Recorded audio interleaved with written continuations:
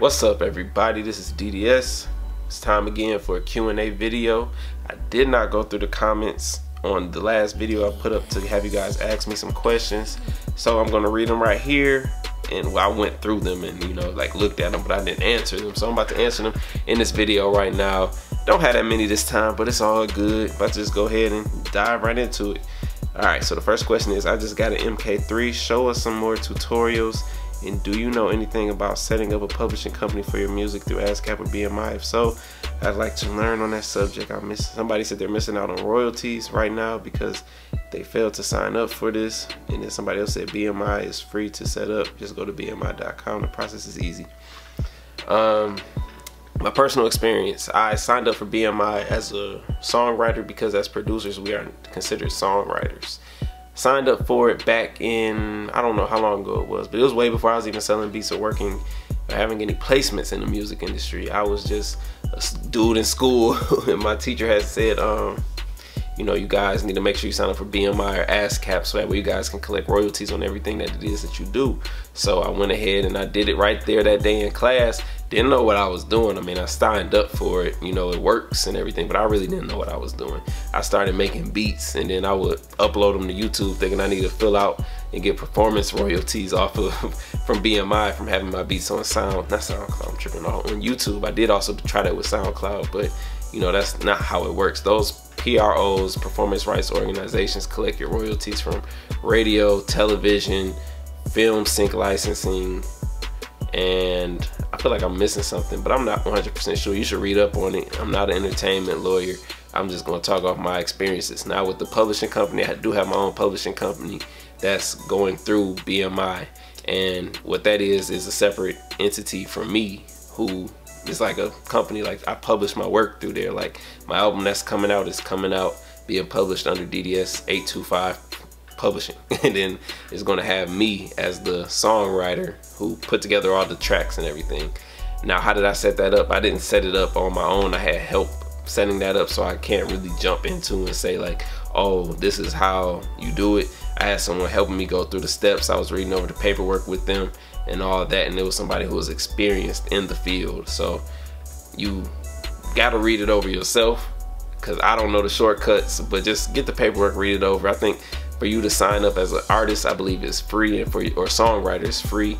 And then from there, if you want to do your publishing, I don't think it costs that much, maybe $50 or something, a small fee, but it's definitely worth it if you're planning on doing work and collecting royalties, especially now with the days of streaming. Now, I don't know all the ins and outs of getting paid through the streams, but I have made money off of some streams through my BMI. I know some people say BMI doesn't collect streaming, but I actually have gotten some. Like, when you look at your statements, it tells you everywhere your stuff is, whether it's radio, television, streaming, which is, it'll say YouTube, Spotify, Tidal, all that. So that stuff gets confusing, but like I said, I'm not an expert on it. I just look at my statements and I see what's there.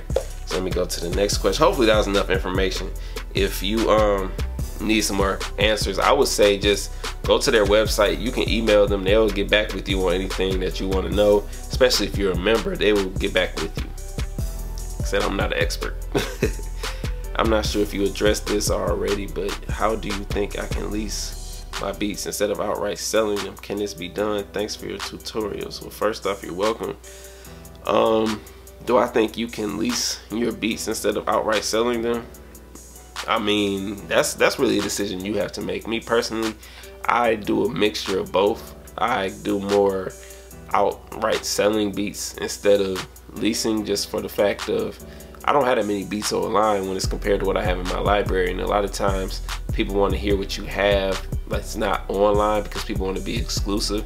Now, there's pros and cons to it. If you're somebody who just want to sell exclusives or sell them in person, you don't have the market out there you have to go to. You have to be able to get to these people, or you might be able to email them, but I think it's better when you're doing exclusive sales to meet people face to face, build that relationship, and you guys can get to working together versus, because that's an investment. When somebody drops, I charge a minimum of $500 for a track that's going to be exclusive, and that's the minimum. That stuff gets worked up based off of a whole bunch of different factors. If I worked with other people, that changes it. If I'm gathered at a studio and you coming to shop at the studio and I made the beat at the studio and I had to pay for the session and all that, that gets factored into it. All like there's different ranges and things involved in it.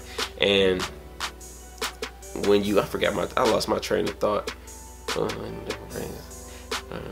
Okay, anyway, when somebody's spending that much money with you, they're going to want to more than likely have some type of relationship with you. Now, I'm not saying y'all gotta be buddy, but y'all wanna at least be cool enough to talk when y'all see each other, have check in with each other, you know, stuff like that. You don't wanna be somebody getting sent money from on the internet. I mean, it's cool. I'm not saying that doesn't happen, but I'm saying in my experience, it's better to get to know people. I get a few sales here and there online. It's nothing to, not even on exclusives, just leases. I don't sell exclusives online. Maybe I'm missing out on that, but if somebody wants an exclusive, they can email me and we can talk about the price. But for the most part, I get leases online. Now with the leasing, it's cool. You can go just post beat up, people come buy it. You know, I charge $50 for the leases that I do put up, so it's cool to get $50. You know, you sitting in line doing something at a store, or just minding your own business, something pop up, somebody leased the beat. So there's nothing wrong with you leasing your beats, and there's nothing wrong with you selling them outright. It's really a preference thing, in my opinion.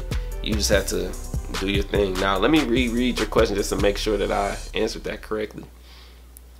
If you address this already, but how do you think I can lease my beats instead?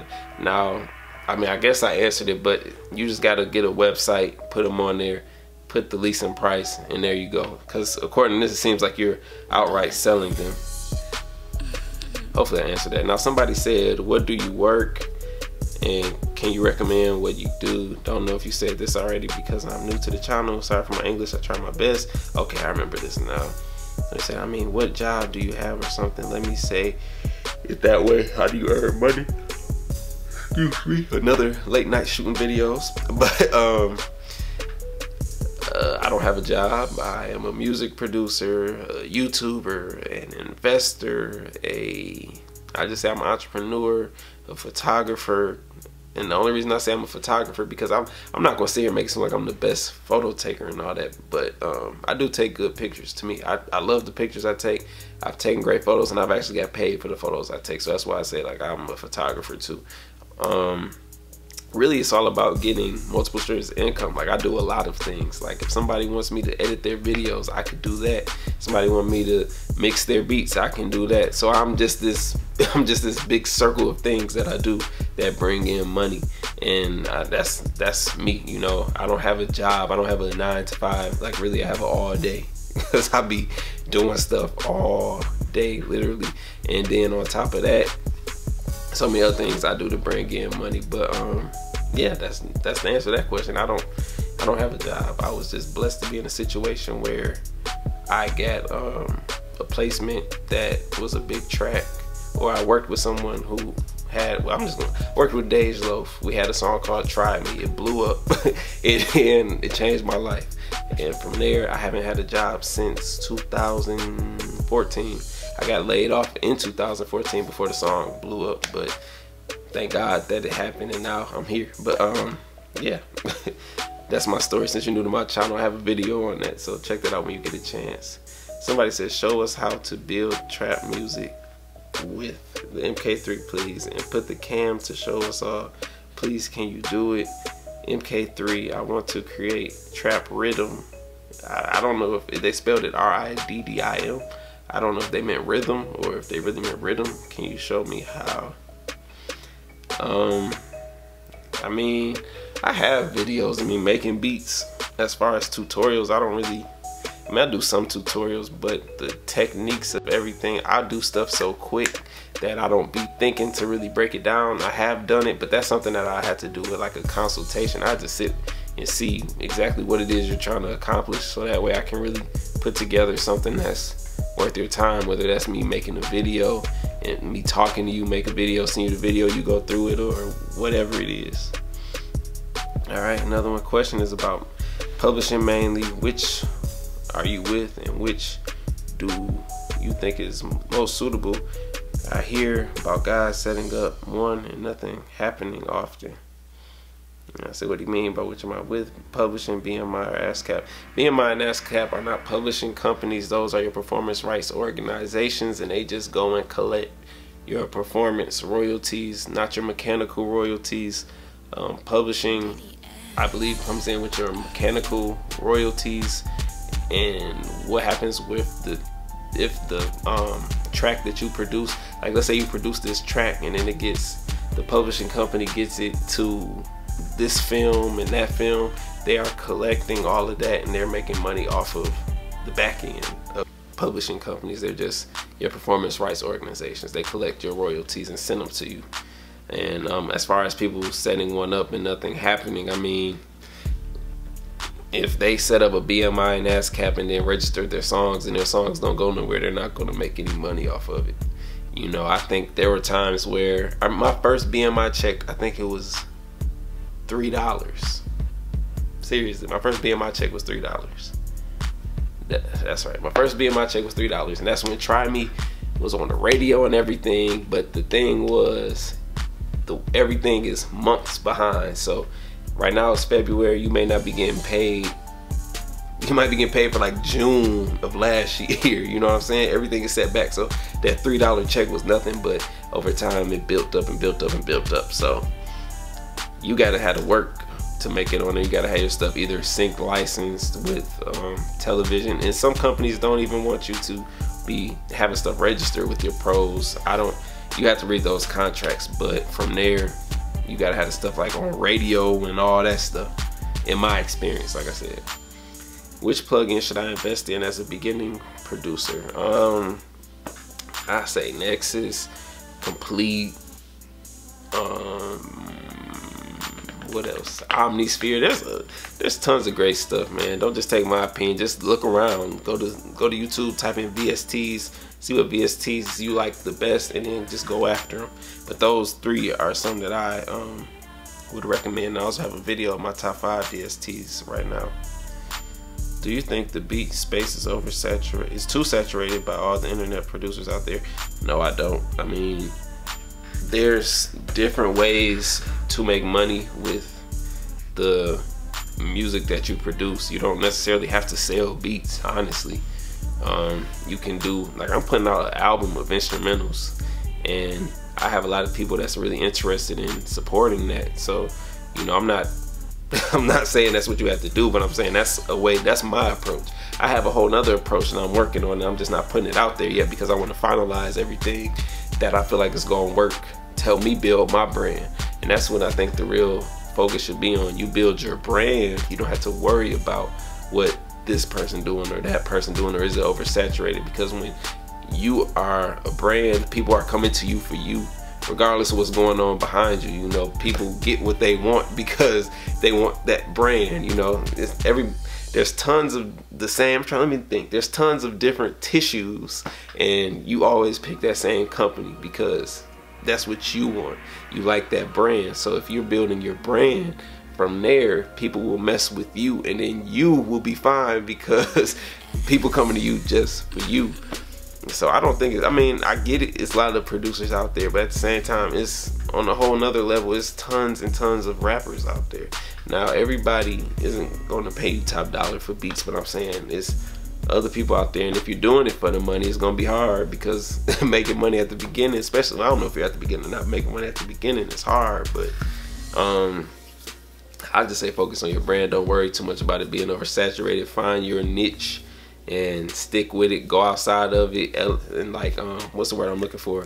Make it evolve into something else. Like, I have my sound, but I also pull from this piece, pull from that piece, pull from that piece, and then add it to it, and my sound gets bigger. Then I go here, go here, go here, gets bigger. You know, just continue to make yourself get better and focus on you, and you'll be fine. Someone said you should make GTA 5 videos and play it more. I'm assuming this means on camera, not off camera. GTA isn't my thing right now. I've been playing Fortnite like crazy. GTA is just boring to me. I mean, I play it whenever they put out. Didn't happen, I stopped. You know, that's all there is to it in my opinion. But yeah, keep working. Oh, and I said 2008, so I was about 16 when I started making beats. Alright, 2 questions. What do you think your future self will remember about you now?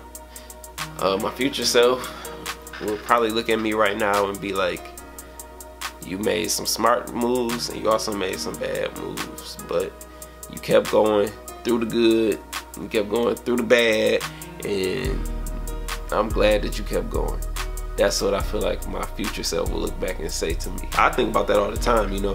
One thing I always say is I'll be able to look back no matter what happened, like regardless of what it is, not even with my music stuff, just in life in general. If everything just takes a turn for the worse, I could look at myself in the mirror and say, you tried.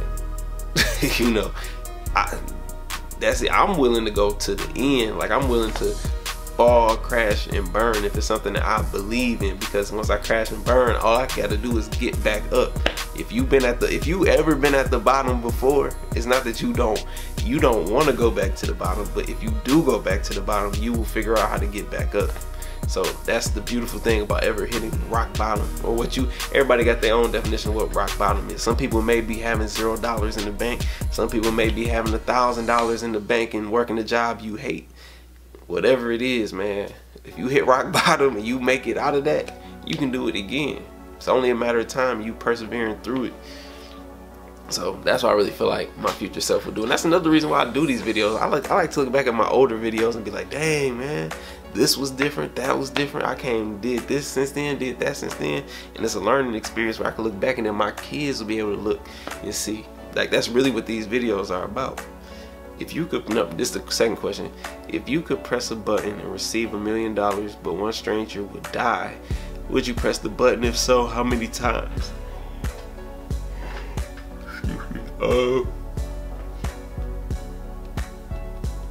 No, I wouldn't push the button. I don't want anybody to die. I made it seem like I had to think about it, but no, I really wouldn't push. I wouldn't push the button. Money comes and goes. Money is infinite. There's money out there. Money isn't that hard to get if you come up with a plan.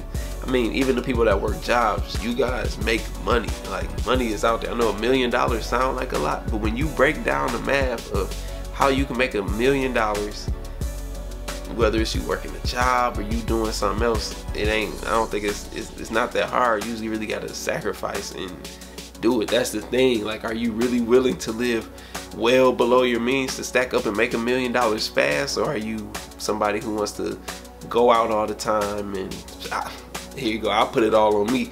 Do I want to buy the new speakers? Do I want to buy the new VST? Do I want to do this? Do I want to have a new video game? Do I want to go out to eat? Do I want to, you know, that stuff is what that money blow away. Because if you somebody can make $30,000 a year, I know it takes some years for them to stack up $1 million, but if you put it in the right places like investments and stuff, it's not gonna take that long. Like, you'll have $1 million before long, you know. And I know that's a long time, but really, if you stack up money and put it in the stocks and stuff, because I'm gonna have a video coming up about my first year in the stock market, and it's like, why didn't they teach me this in high school? Because had I put in more money than what I did, I'd have made more money this year than some people made working jobs.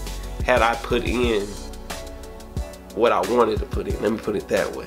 But I didn't really know the ins and outs. Since my first time going, so I was ready to just dump some money in there and I would have been good. But no, I wouldn't push no button to kill nobody for $1 million. What books do I recommend to read? Right now I'm reading Curtis King's book. It's dope so far. I got distracted by Fortnite and I've been playing that, but I'm gonna get back into the book. I'm halfway through it. Inspirational. Makes me want to go harder. Makes me want to make beats. And it also goes back to what I just said about the hard times. Like, he talks about some of the stuff where he worked jobs and the hard times that he was going through with life, and he pushed on. Like, he kept going with his music, you know, and he used that stuff to fuel him to keep going. So I definitely recommend that book if you're a music producer. If you're not a music producer, what's something else I read here lately? I mean, I read this book about wealth. Like, I love reading books like this. This is like a hip-hop community or urban community wealth book. It's really dope. Breaks down a lot of things. I don't think what else I read lately. I really can't remember off the top of my head right now. The 50th Law, be fearless with business and in life. Still waiting on that filter automation with Serato. That would be dope if they do that. You should do your own version of rhythm roulette. I might do that one day. I really might. Have you guys pick a sample for me and I'll chop it up. Do you have a manager? How should I go about getting one? The questions. Well, first off, let me answer the first part. No, I do not have a manager. I've had one in the past.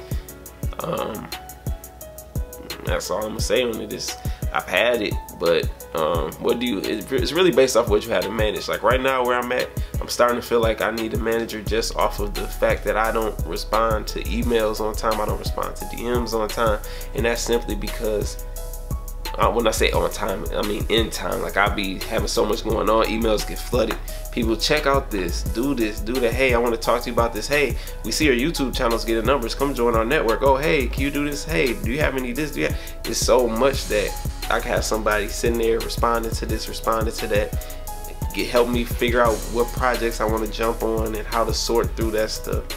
You know, cause I'm the talent in a sense, but yeah, I'm sitting here editing this, but that's cool though. I don't need nobody to edit all this. I'll do this myself. But when it comes to sending out beats, finding projects for me to be a part of, helping me submit my music, all that, I'm getting to the point now where I would love to have a manager or an assistant. But if you're somebody who thinks that a manager is just gonna help you get placements, it doesn't work like that at all, man. It doesn't work like that at all. The managers, yes, it's cool to have people with connections, but you not saying that doesn't help, because I'm saying a manager with connections could definitely help your career, but I'm saying don't jump out the window like, hey, I need somebody who knows this person, knows Jay-Z, knows Beyonce, knows this is, because the likelihood of you just getting in, just if you just starting out getting to somebody with connections like that is probably slim. But it could happen, but you know, even then there's politics and stuff involved with all of that. But just find, when you get to the point where you feel like you have so much going on that it's taken away from your time and that you slipping to keep up with things, then I would say at that point find a manager to help you. Anyway, y'all, this video was way longer than I thought. I got 30 seconds left. I appreciate all y'all. Thank y'all for the 20K again. I appreciate it. 20,000 subscribers. Hopefully you all enjoyed this video. I just want to ask that you just continue to support me and talk to me in the comments. I appreciate y'all. Have a wonderful day. Take care.